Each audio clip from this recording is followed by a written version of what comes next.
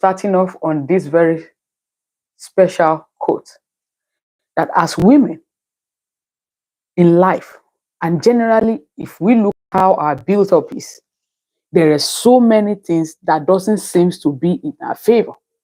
And many of the time, we want to allow our circumstances to overwhelm us, to begin to accept fate, to begin to look at how we are going to live the narrative that everything is happening. Every time we get sold that lie, as a woman of faith, as a professional, as somebody that believes that everything in life can change, I want you to begin to change the narrative that when you believe the fact that every delay, and everything that doesn't seem to add up, that want to tend to play a narrative that this is it, I want to just give a little addition to what I have gained in this little sojourn of life that have added meaning to my life. Because whenever we give up to believing that every delay we see in life actually means a stop, it robs off. It robs off of that potential. It robs off of believing in what is possible. It makes us to begin to engage in that narrative. It can be better. And the reason why I'm saying this is because as women, we have a lot going on around us. And when we don't often see the validation, we don't see hope, we don't see people around us that can support us, that can help us build up what is already going on in us. Some of the time, most of the time, majority of us just give it. And this is my story, that in the midst of denial, in the midst of delay, when you don't seem to know what is coming next, what is going to happen next, can I just encourage you to please hold on?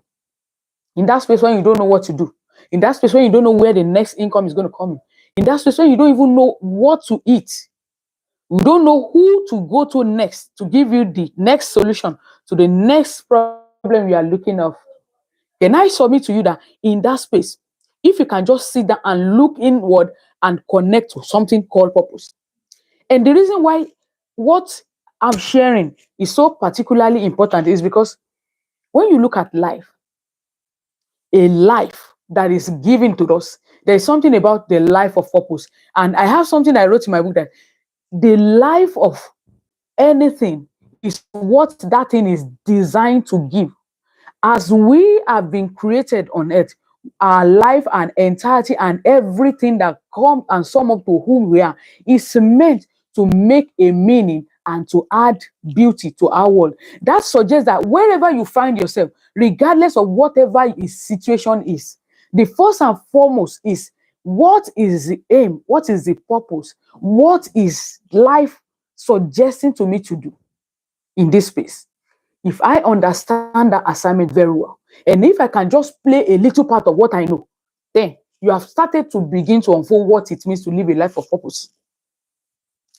So if we and I are meant to make our world a better place, so anytime I go through my environment, my niche, my surrounding, my environment, and I can see something I can do differently to help improve the lot of others, to help improve the lot of mankind, to help make my world a better place, that is purpose already unfolding. And you don't need any melodramatic scene or any special effect or any special arrangement to make you know that you have started living. And that's when you look at the lifestyle of many people that we celebrate today, many of them just stumble at the fact that they just saw something that they could change. And it's not a case of, oh, I was sleeping and one mighty angel and I saw one mighty hand. I say, hey, my daughter, my son, rise up. It was just a thinking that is a product of something they visualize that can be better. And they look inward and they could see something they can do. And they took up that challenge to take it as their assignment, as the work, as a duty they owe to their world. And in so doing, they found themselves, they found their name written and immortalized forever. And so I want to challenge you, as I profile my 13 days towards to my special birthday, I want you to sit down on your own also and look at your environment. Look at your place of work. Look at your family. There are some family they are dysfunctional. There are some homes the father does not see eye to eye with the children. There are some home they cannot even sit down. No, every member of the family cannot sit down and look eye in eye. Somebody have to take the challenge to break the peace, to speak their truth, to own what they know has been given to them as their personal responsibility to make peace. Some of us, it's only your smile. You might just think, oh, I don't have nothing. You can only imagine what that smile can do to a life that has been going through uproar, a life that is looking for just somebody that could validate, that could just give hope. So I want to encourage you, whether you know how to sing, you know how to smile, you have a beautiful expression, you know how to connect with people when they are in pain, you know how to ask a better question to help grieving people to come out of their grief. Whatever it is that you find easy, that finds itself natural for you to do, that is your superpower. And that is the meaning of living a life of purpose. Looking at something you can do differently to make your world a better place. And so for me, what did I find while I was waiting? I look at the knowledge that I've gotten. I look at where I was 4 decades away. I look at now with 8 years leaving Africa, and what have I learned? What are the wisdom have I gained? What are the truths? What are the worldview? What are those philosophy that has come to change the way I see my world now? In that space of acknowledging those knowledge, what can I do with the knowledge that I found to make my world a better place? I decided to start this YouTube channel.